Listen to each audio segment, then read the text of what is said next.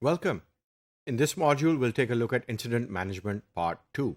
And we have already discussed that incident management is a very important part of the information security program because we get to assess what has happened, we declare an incident, we take action to recover from the incident, we try to find out why the incident happened, and how we're going to try to prevent the incident from happening in the future.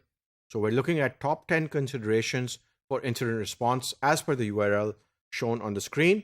And in the last module, we had taken a look at the first 5 considerations given by this very nice article on OWASP on top 10 considerations for incident response. Now, continuing, number 6, triage and mitigation. Now, triage means determining the level of severity. Investigation leads to the triage and resolution process. As the team identifies potential exposure, they should plan and execute effective mitigation accordingly. Classification of the incident. What exactly is the classification of the incident in terms of severity? Incident prioritization, assigning specific tasks to specific people as well. Number 7, recovery. Now, once a thorough investigation has been carried out, recovery is a significant step for restoring services or materials that might have been affected during an incident. This could be the task of the technical team, transition from active incident to standard monitoring. Number 8, documentation and reporting. A comprehensive incident report is required in keeping with best practices and with the incident response plan.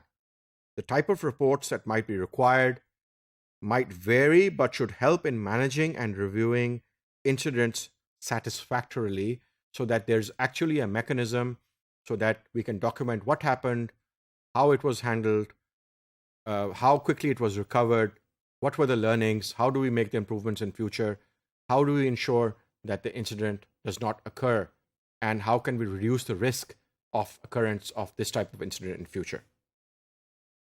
Process review. Make intelligent decisions about important factors. Should I increase or decrease the number of incident handlers in the incident team? What risks did we identify during the incident that needs to be followed up for action and monitored closely? And finally, practice, practice, practice. Do not wait until an incident occurs before you put your team to work.